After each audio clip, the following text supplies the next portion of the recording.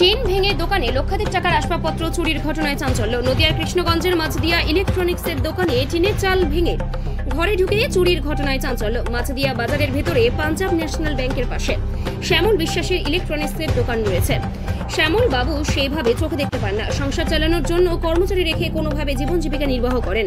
গতকাল গভীর রাত্রে 3 ভাগে দোকানে ঘরে ঢুকে ব্যাটারি চার্জার সহ লক্ষাধিক টাকার ইলেকট্রনিক্সের আসবাবপত্র চুরি হয়ে গিয়েছে বলে শ্যামল বাবু অভিযোগ করেছেন। মাছদিয়া বাজার একটা গুরুত্বপূর্ণ বাজার, স্বভাবতই মাছদিয়া বাজারে পাহারার লোক রয়েছে।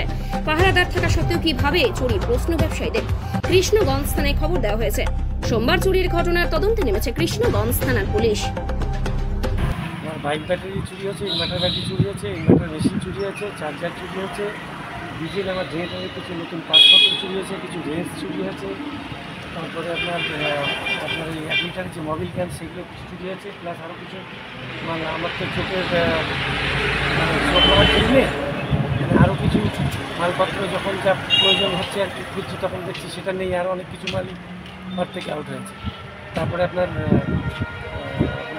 কম্পিউটার ইউপিএস সেটা চুরি হয়েছে, তারপরে আপনার স্টেবিলাইজার, তারপরে অনুমান কত টাকার মাল চুরি হয়েছে? টোটালে আপনার মোটামুটি 1 লাখ টাকার উপরে মাল চুরি হয়েছে। এটা হচ্ছে আপনার কোন জায়গা? এইটা মাছদিয়া রেলওয়ে। আপনার নাম? আমার নাম শ্যামল বিশ্বাস। আপনার কিসের দোকান? আমার এটা প্রথমে আগে দোকান ছিল, আগে এটা 2 হুইলারের গ্যারেজ ছিল। আমার মিস্ত্রি মারা যাওয়ার পরে 2 হুইলার গ্যারেজ আমি তুলে দিই। সেই সঙ্গে আমার বাজার সাপ্লাইয়ের জেনারেটরের দোকান ছিল আর কি। লকডাউন থেকে জেনারেটর বন্ধ। আমি আগে ইলেকট্রনিক্সের কাজ করতাম। আমার ব্রেন অপারেশন হওয়ার পরে চোখ দুটো আমার ড্যামেজ হয়ে গেছে, দিয়ে আমি ছেলেপুলে দিয়ে ওই টুকটাক ইলেকট্রনিক্সের ব্যবসায় করি। বাজারে তো পুলিশ পাহারা দেয়, চুরিটা হলেও আপনি কি বলবেন? পুলিশ পাহারা দেয় মানে মৌখিক পুলিশ পাহারা দেয়, ওটা তো কোনো মানে গ্যারেন্টি নেই।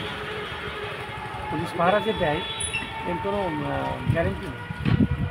প্রশাসন তো এসেছিলেন, কি আশ্বাস দিলেন? দেখে গেলেন, যে বলছে ঠিক আছে দেখছি, এবং সেটা দেখাদেখির ব্যাপার। এই ব্যাপারটা কিন্তু মানে দুবার, এটা নিয়ে 2বার হচ্ছে, মানে 2বার ইনকোয়ারি। প্রথম ইনকোয়ারি হয়েছে যখন চুরি হয়েছে, তারপরে তিনি আবার এখান থেকে ইনকোয়ারি করে দিয়ে তিনি আবার অন্য জায়গায় পোস্টিংয়ে চলে গিয়ে পড়ে থাকার পরে তারপরে আমি আবার যাই, তারপরে আবার নতুন করে আবার কমপ্লেন প্লাস এই ইনকোয়ারি। কি পুলিশ প্রশাসনের উপর ভরসা আছে কি নেই? পুলিশ প্রশাসনের উপরে ভরসা এখন এই নতুন করে আবার যেহেতু ইনকোয়ারি করতে এসছে, এইভাবে কী করে।